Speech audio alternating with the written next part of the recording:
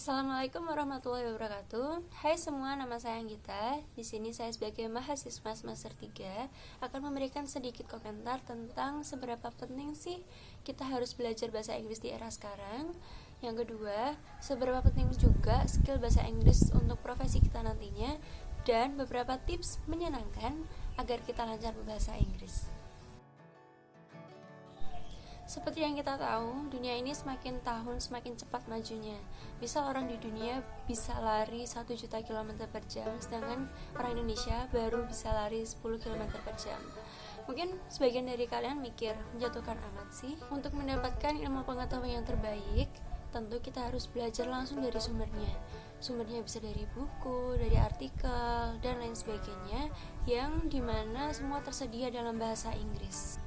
Suatu saat kan ini juga ada terjemahannya dalam bahasa Indonesia. Iya, suatu saat ketika ilmunya sudah kedaluarsa. Mau ketinggalan?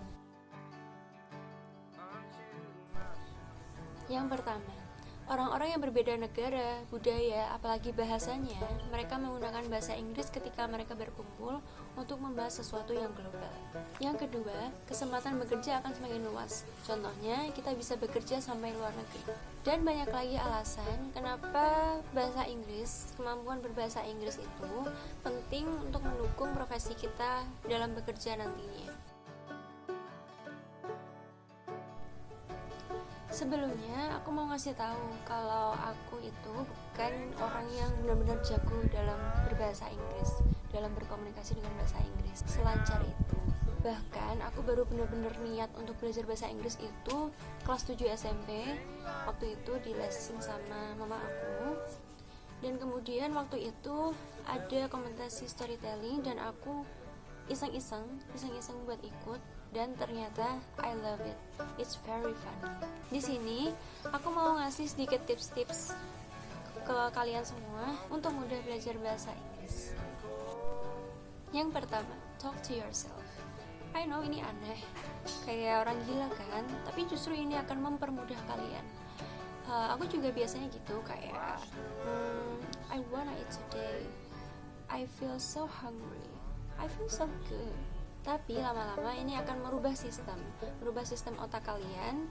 Yang biasanya otak kalian itu berpikirnya menggunakan bahasa Indonesia, lama-kelamaan otak kalian akan sedikit dipaksa untuk belajar bahasa Inggris.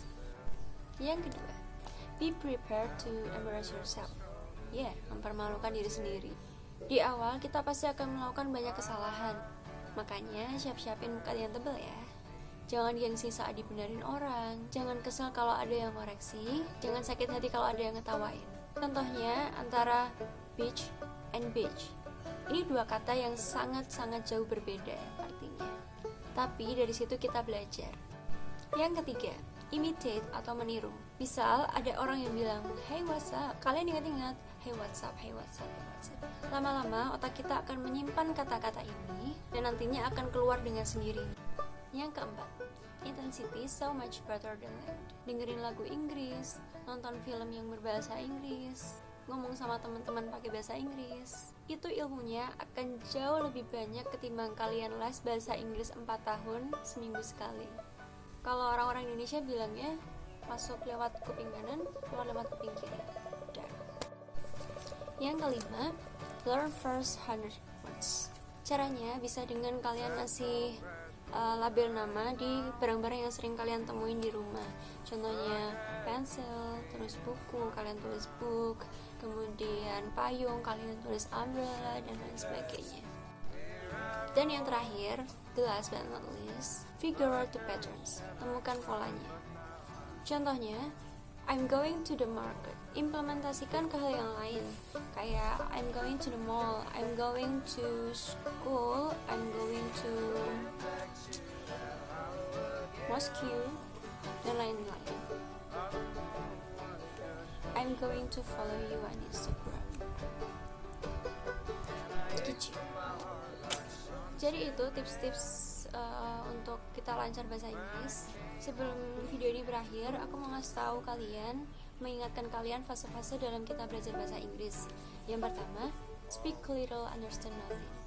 Kalian sedikit-sedikit bisa berbicara kosakata dengan bahasa Inggris, tapi ketika orang gantian ngomong, kalian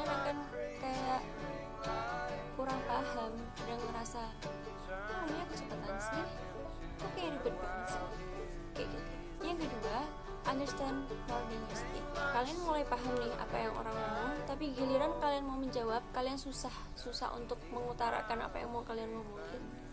Yang ketiga, conversational but still translating. Kalian mulai sedikit-sedikit lancar untuk berkomunikasi dengan bahasa Inggris, tapi masih ada beberapa kosakata yang kalian masih mikir, ini artinya apa ya, baru kalian pelan-pelan bisa mulai lebih lancar lagi. Dan yang terakhir, ini fase kalian sudah lancar-lancarnya, sudah mulai enjoy berkomunikasi dengan orang-orang lain dengan menggunakan bahasa Inggris, yaitu speak and understand without mental effort. Gitu.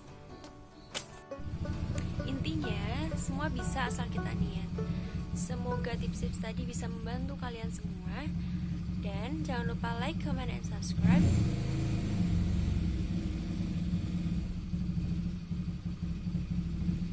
See you on my next video, and bye-bye. Wassalamualaikum warahmatullahi wabarakatuh.